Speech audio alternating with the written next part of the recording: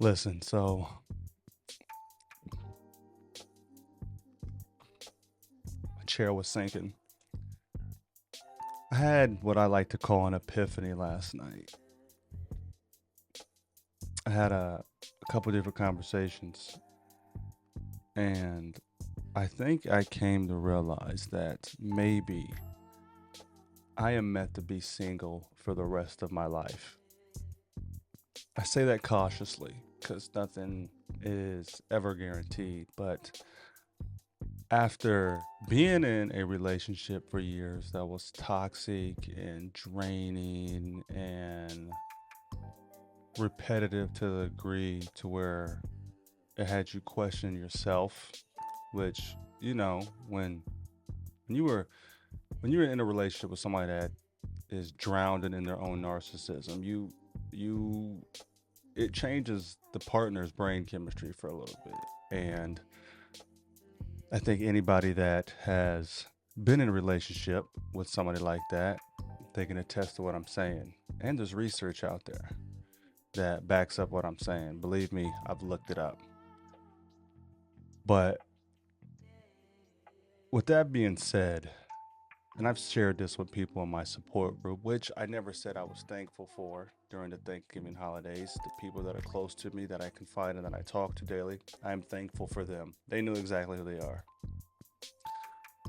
And they've talked me out of doing a lot of petty and violent things that I've wanted to do this year. They've kept me grounded because, believe me, I wanted to act up quite a few times.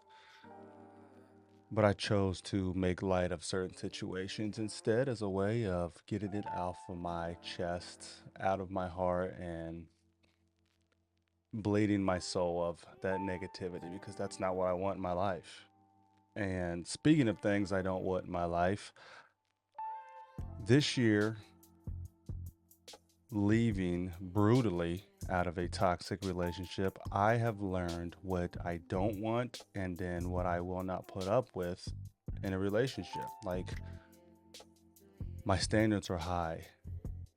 And if a person is not willing to meet or accept those standards, then I guess we're not meant to be. And that goes both ways. Like, I would hope anybody that I would choose to spend my time with long term would have standards for me and we can communicate through them because I have learned that communication is the key to a healthy relationship, healthy long term relationship. You know, I own my own business and a lot of my clients are older. And when you are around somebody for 4 to 8 hours in a day, you build rapport and, you know, you learn a lot about each other. And when I asked a lot of the older couples questions about, hey, you've been married for decades, what works for you? And the constant answer is you may not always like each other, you always love each other, but it's going to take hard work. And I am convinced that relationships take hard work, no matter what it will be. And for me, leaving toxicity, my temperament has changed. Like I just don't have the temperament for no bullshit anymore. Like no petty, minuscule, minute, unworthy disagreements. Like if we can't communicate about it, big or small, then what are we doing? Like my whole mindset and mind frame has shifted tremendously, and I hope that doesn't come across as arrogant or I'm bossy. I want to be in control. No, it's just like I have standards for myself now that I'm not going to let go of, and I would hope that out of anybody that I choose to spend my time with because we all have different bank accounts, right? But you can't take them with you. We all bleed the same. We all put our pants on the same. But time is our most valuable asset. So if I choose to spend my time with you, that means I value you as a person. And there's levels to it. Friendships, situationships, relationships, marriages, right? That's valuable. And with my uncle passing, like it's never your fight till it's your fight, whether, it's disease, ailment, sickness, or something happens to somebody close to you. But,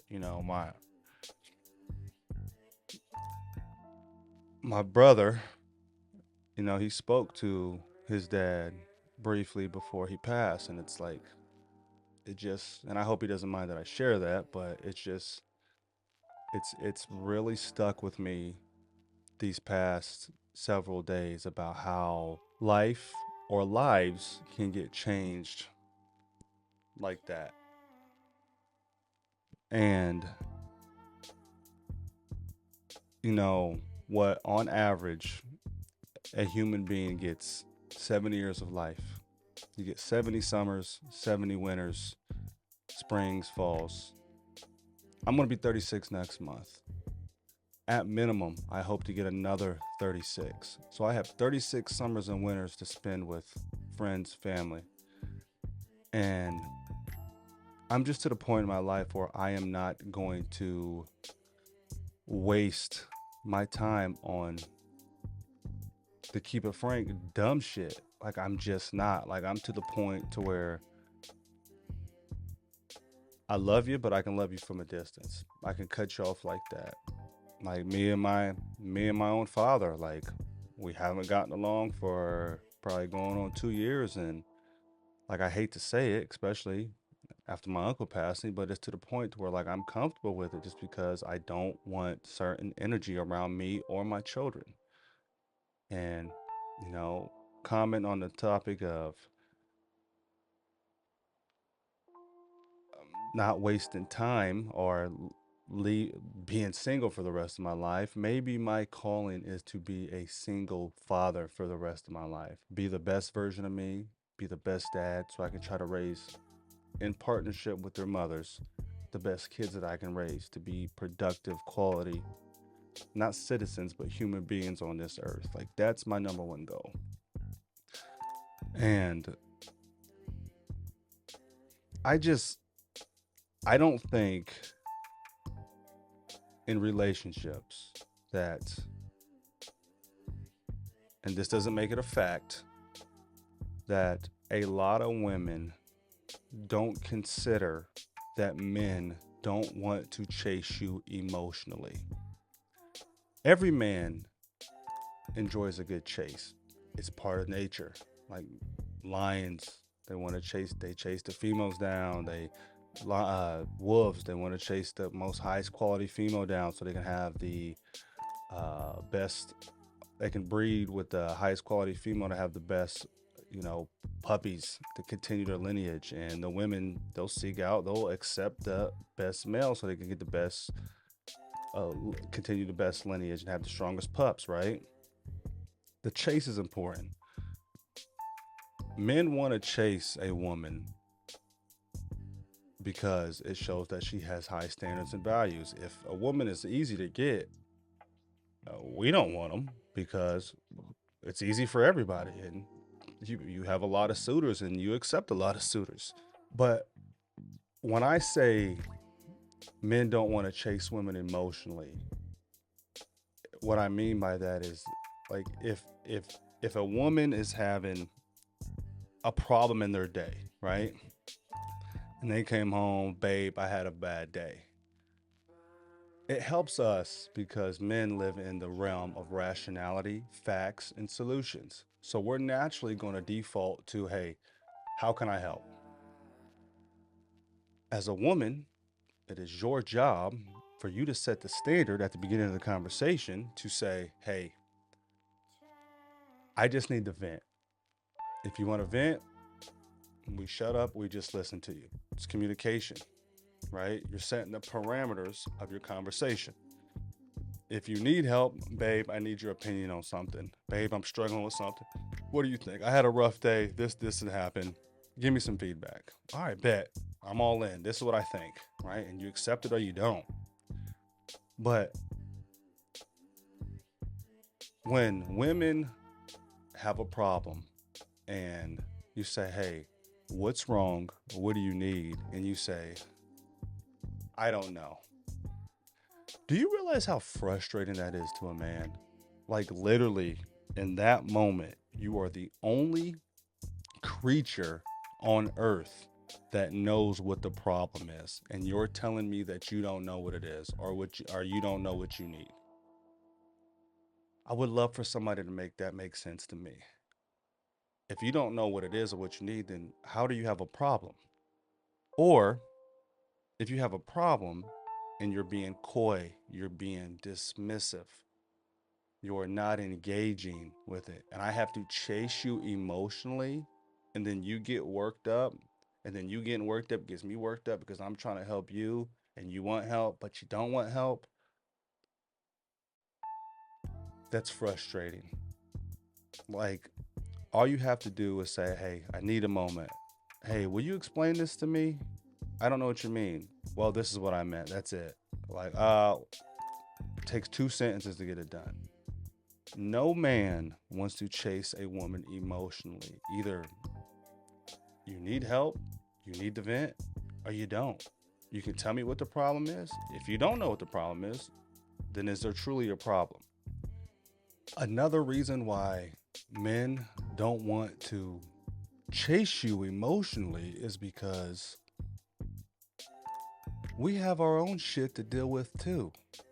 So, and a lot of shit that we don't want to or not comfortable sharing. We like to just bottle it up, keep it to ourselves, and do the masculine thing, which is deal with it on our own. So now not only do I got my own stuff to deal with, I have to chase you and pursue you to help you resolve your own emotional turmoil. So not only am I exhausted, I become drained.